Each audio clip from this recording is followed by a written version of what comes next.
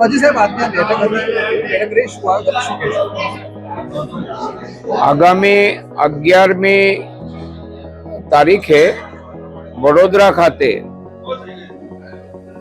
શ્રી સરદાર વલ્લભભાઈ પટેલ સાહેબના નામ સાથેની સરદાર ધામ, જેમાં 2000 દીકરીઓ અને 1000 દીકરીઓ અને 1000 દીકરા, જેમને માટેનું નિવાસ વ્યવસ્થા, કોલેજમાં ભણતા હોય એના માટે હોસ્ટેલ્સ, સરકારની નોકરી માટેનું કોચિંગ, બિઝનેસમાં જનારા એન્ટરપ્રિન્યોર સ્કિલ ડેવલપમેન્ટ, બધા જ પ્રકારનું સંપૂર્ણ રીતે આ સંસ્થામાં જે આવશે એ દીકરો કે દીકરી કા નોકરી કરશે સરકારની કે પ્રાઇવેટ શાળામાં કા નોકરી રાખશે, અહીંયાથી કોઈ બેકાર નહીં જાય. આવી સંસ્થાનું લોકાર્પણ દેશના યશસ્વી પ્રધાનમંત્રી આદરણીય નરેન્દ્રભાઈ મોદીજીના કર કમલો દ્વારા 11 તારીખે થઈ રહ્યું છે.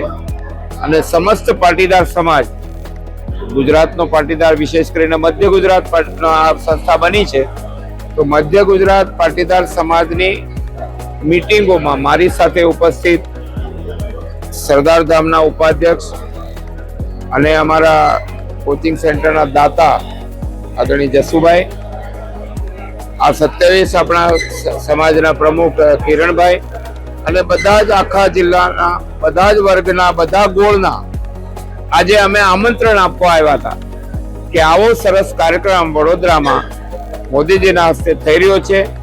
અને પાટીદાર સમાજ હંમેશા એક જાગૃત સમાજ તરીકે બીજાને પણ માર્ગદર્શન આપે. અને આ સંસ્થા માત્ર અમારા પૂરતી નથી, આનો પ્રેરણા લઈને બાકી સમાજો પણ આમાંથી પ્રેરણા લે, એ અમારો હેતુ છે. અને અમે અહીંયાથી મોટી સંખ્યામાં 11 તારીખે ખેડા જિલ્લાના પાટીદાર સમાજ વડોદરા આવશે. અમારા સંસ્થાના પ્રમુખ સેવક ગગજીભાઈ, જેમણે આ સંસ્થા 10,000 કરોડના ખર્ચે આખા ગુજરાતમાં બધા ઝોનમાં જે સંકલ્પ કર્યો હતો એ અમારે 26ના એન્ડમાં પૂરો કરવો છે. અને એટલા માટે વડોદરાનું લોકાર્પણ, એવી રીતે સુરતમાં કામ ચાલી રહ્યું છે, સૌરાષ્ટ્રમાં આવું સરદાર ધામનું કામ ચાલી રહ્યું છે, મહેસાણામાં ચાલી રહ્યું છે. તો આ દીકરા દીકરીઓને ગામડામાંથી ઉઠાવી પગભર કરવાનો આ એક પ્રયાસ છે.